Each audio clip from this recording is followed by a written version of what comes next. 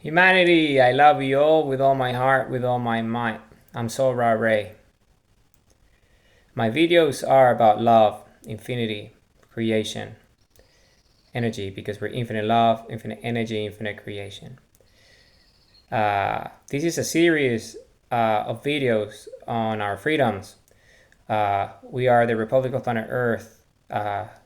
This is part of the Republic of Planet Earth's constitution, our infinite freedoms, our infinite free will, our infinite consent freedoms, who we are, the human race. So I'd like to talk about these electoral freedoms. Okay, so we are democratically elected republic. You see, the government that we create, that that administers the functions of the state, is a republic. It's a democratically elected government, right? We have officials that run for office. We have three levels of governance. We have the central seat, the legislative, we have the judicial seat, and we have the local seat, right? Three levels of government. Three levels of government. This is what we have. And everyone running for office is in the way of a constituency. And there is ratios for each of the levels of governance. Each level of governance has a ratio. For example, the central seat, the legislative seat, it's a ratio of one seat for every 20,000 citizens of the Republic of Planet Earth.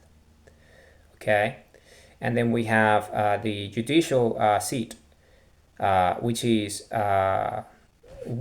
two constituents, two representatives, two seats for every 10,000 citizens of the Republic of Planet Earth.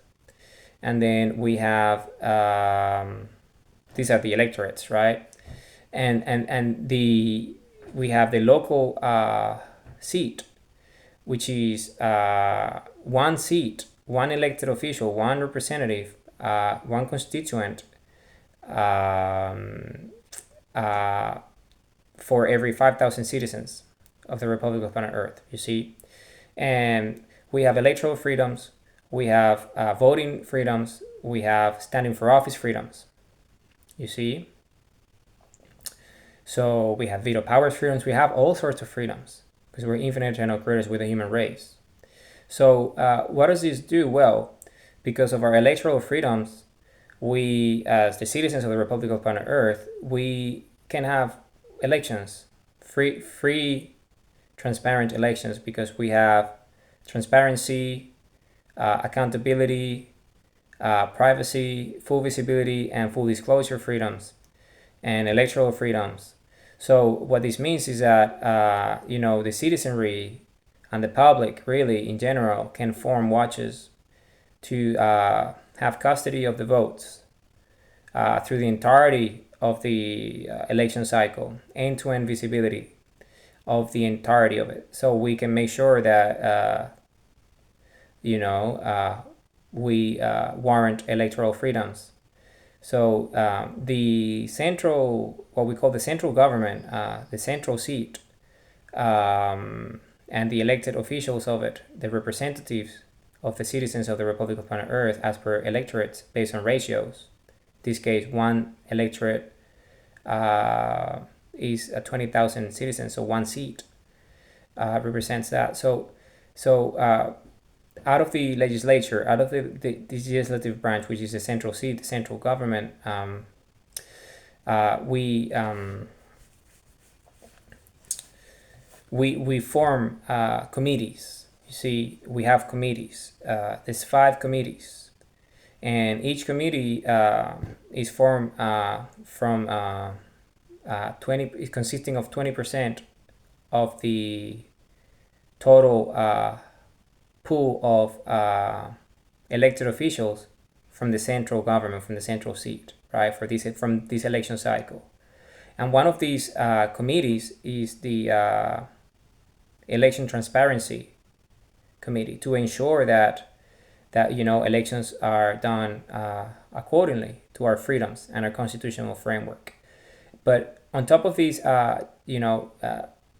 checks and balances, we also have an even more important check and balance, which is infinite veto powers freedoms. So each citizen can veto the committee, in fact, to ensure and warrant electoral freedoms, right? And the way this is done is one citizen from any constituency, any electorate, with another 10 citizens, including family members, can come together and petition accordingly. We can veto anything. We can petition, we can veto anything. And we can form watches to have custody of the votes and ensure electoral freedoms, okay? And in terms of dates and the calendar cycle, so the first year is the local government, the local seat, right? One elected official for every 5,000 constituents, right? The electorate, that will be the electorate at the scale of planet Earth, right? The Republic of planet Earth, all of us, all the citizens of 8+ billion lives at this stage. So human heartbeats, right? So that's the first cycle. Why? Because it's the most important one, because it's the foundation. You see, it's the local seat, is like the communities. And this is where everything starts, right? The community is the foundation of governance in the 21st century. Community, right? So that's the first cycle. Then the following, and then elected officials are in office for 3 years, and they can only run for non-consecutive or consecutive 3 terms. That's as for each government level. So they cannot do more than 9 years in total for one level if you are re-elected as an official. Okay, as a representative of the people, as a public servant of the Republic of planet Earth, the citizenry of the Republic of planet Earth. So, which we all part of, right? So that's the first one. The second year is the judicial seat, right? The judicial branch. Why? Because laws are important, legal freedoms, right? And we need to make sure that we have a legal system, a core system that works, because that's how we elect our judges and superintendents to enforce our laws. But then again, the judge is not the one that, pass down sentences or verdicts. They just administer the procedures. They oversee that everything and the guidelines, so everything is according to the law. So we protect our legal freedoms, our republic, our constitution, our way of life. So is the jurors, and the jurors are the members of the jury for each case, for each hearing, for each setting, right? And there is court levels. So the jurors are what? Well, the jurors are the public. They're the citizens of the Republic of planet Earth, and they are the law. So they are the ones that pass down sentences and verdicts, and they meet a threshold of 90% to meet these to come to terms and give and pass down sentences or verdicts, or just come to give directions and resolutions. So the power is in the citizenry, right? Because we're infinite eternal creators. So that's the second cycle, you see. And then again, judges and superintendents, the terms are for 3 years again, and they can only be in office for 3 consecutive terms or non-consecutive, up to 3. That's it, 9 years in total, whether they're consecutive or not. And then there's a third year is the central seat, the central government, the legislative branch. And why? Because you first need the local communities, right, and the legal system to function in order to put it all together with central governance, right? That is the legislature, the legislative branch, which is essentially the one where the committees to ensure and warranty our freedoms and oversight come from, and the executive branch as a result of it. So, and the ratios are 1 seat, 1 candidate, 1 elected official, representative for every 20,000 citizenry, constituents, meaning electorates, right? Representing the Republic of planet Earth, who we are. And then again, these elected officials, the terms are 3 years again. And then they can only run for 3 terms, consecutive or non-consecutive, so a total of 9 years. That's it. However, having said this, a citizenry member, a citizen can run for any constituency they like, right? But they can only run for one. And also, they can run for any level of governance. They can run for local, they can run for central or judicial. It's up to their credentials for the people to trust them, for the citizenry to trust them to vote for them, right? But anyone can run, so you can have 3 terms each if you want it at the most. So that would be 9 terms in total. So that will be up to 27 years that you could be in office at the most as a citizen. And obviously, only citizens can run for office, right? So this is extremely important. So why is the central seat? Why is the central seat in the 3rd year? Because you need the laws, right? The judicial seat, and you need the local government seat to the levels of governance, the most fundamental ones already in place. So then you can have a legislature that represents everyone at once in terms of laws that we enact, bills and acts and all these, right? And all these laws obviously based on the legal freedoms, right? Because we have the court systems, right? The Department of Justice to ensure, and the committees to ensure that our freedoms are safeguarded and respected and protected and defended, right? So essentially, because the central is 1 for 20,000, so it's the smallest body, is the least number of representatives. Why? Because in that way we can have the other 2 systems, the levels, the judicial and the local, having a higher number, which is more relevant, right? Because they're more prevalent. So out of the higher level, the central government, right, the central seat, the legislative branch, that's once the process is completed, so randomly selected, equal in status, all the members join a committee. There's 5 committees. One of them is the Electoral Transparency Oversight Committee. And this committee obviously is to warrant our electoral freedoms. But there is other 4 committees that are fundamental, and I will be talking about them later. But everyone who's elected, right, at the central seat level of governance, automatically after the election is completed and everyone is elected, they're randomly selected into each of the committees. One person joins each committee, so 20%. So that's 5 committees, right? So equal happens simultaneously at the same time. So everyone has the same probability of joining either committee. And in this way it's random, and no candidate can be a member of more than 1 committee per cycle. And once you join a committee, you cannot be member of that committee ever again in any other term, in any other cycle. So in that way, we're guaranteeing fairness. Okay, so now the other one is the executive branch, right? Because the executive branch comes from the central seat. So there is 5 departments in the executive branch, what is known as the executive office, really. So there is no elections for the executive office. Why? Because there is no need to. Because the executive doesn't really have any power, because the power is of the people. It's only there like a judge to have oversight of our freedoms and procedures and guidelines, right? And the executive office is just that excellent standard of care, excellent standard of that. So the way it works is 5 departments, right? There is the Department of Defense and Self-Defense, the Department of State or Foreign Office, the Treasury, the Department of Justice, and the Heritage and Legacy Office. So who are, that could be known as the cabinet, the executive cabinet, right?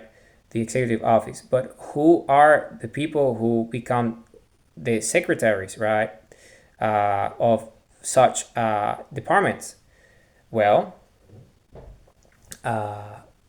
they are members of the central government seat, right? Randomly selected, again, equal in status.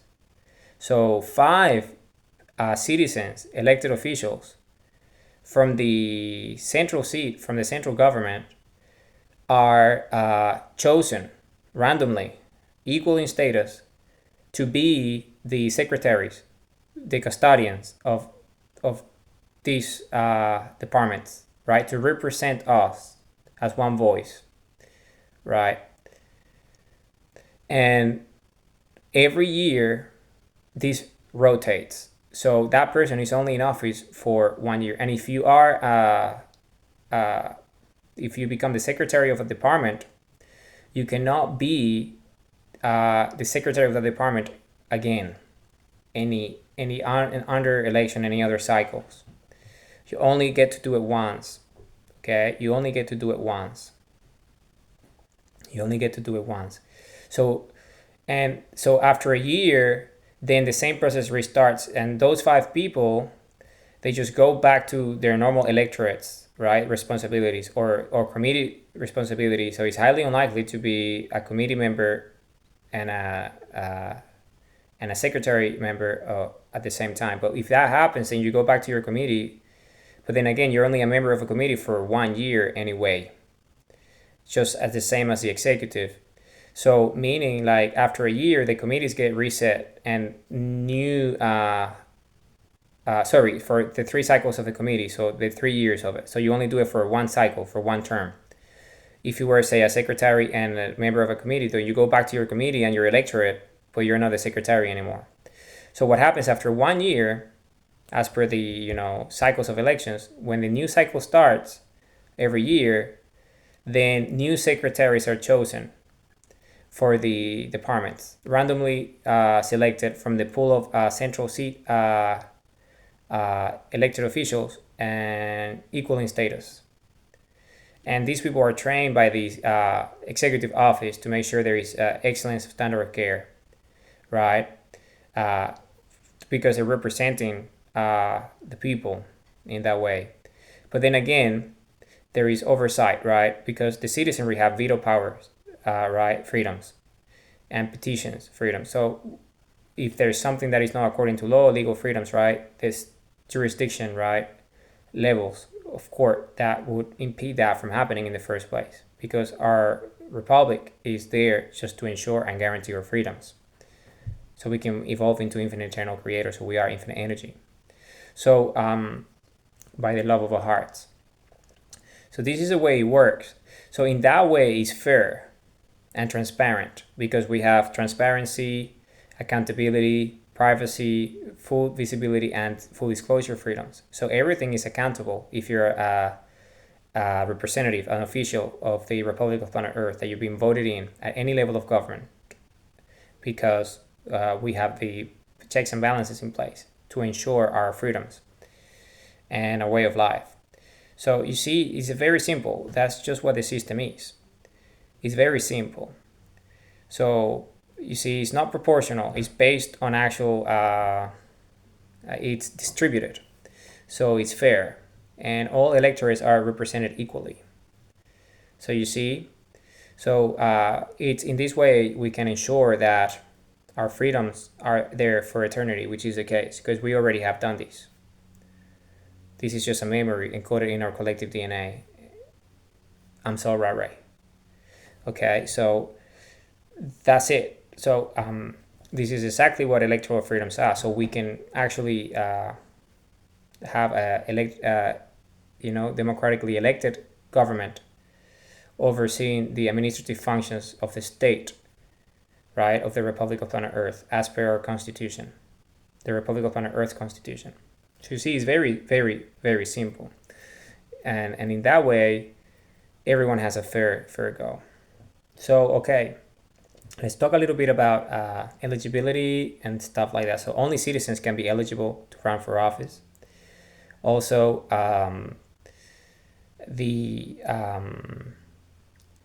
in terms of like funding, say like campaign funding, so the government cannot fund campaigns of any elected officials, and there is no self-funding, so only donations, and the donations have to come from the public or the citizenry, and there is a limit of $10,000 per citizen.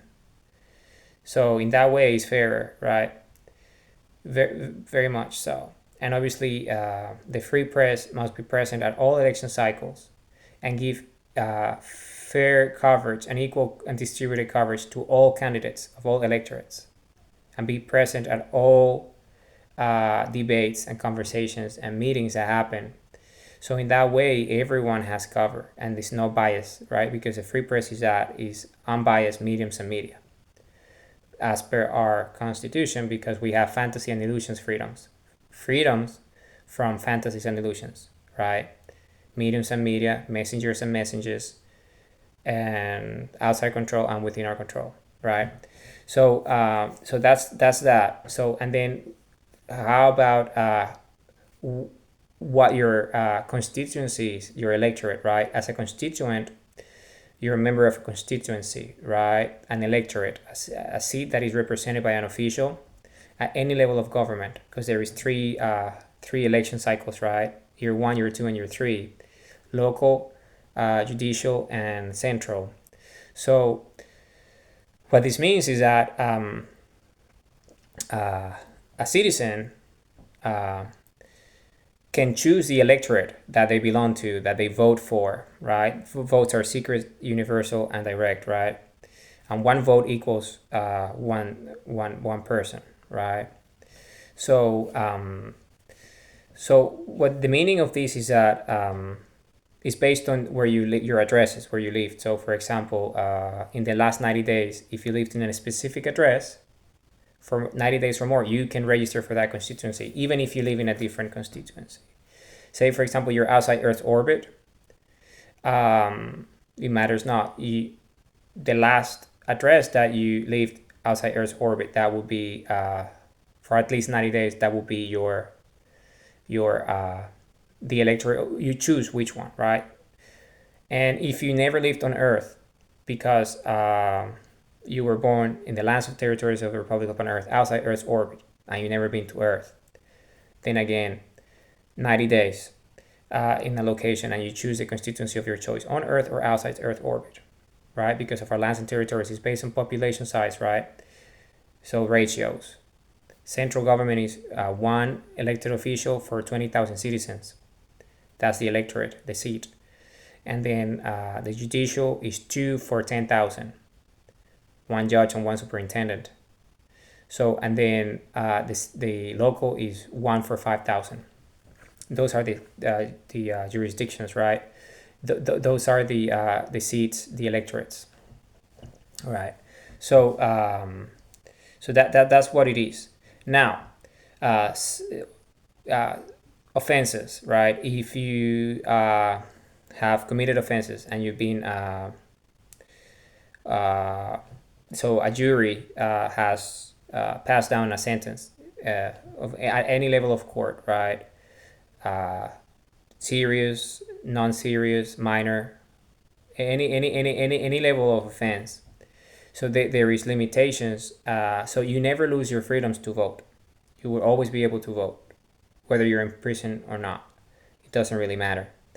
Okay, but what does limit though is if you say you're under say a sentence, you are not capable of running for office during the period of that, and depending on the level, on the threshold, there might be some stand-down period as well.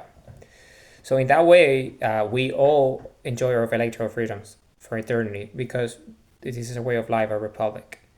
So this is precisely what electoral freedoms are, is making sure that we have a fair system, a transparent system that ensures our republic is democratically elected by the citizenry of the republic, who we are, the human race. So you see, this is a fundamental freedom. This is a fundamental freedom, electoral freedoms. And it's beautiful because we have already done this.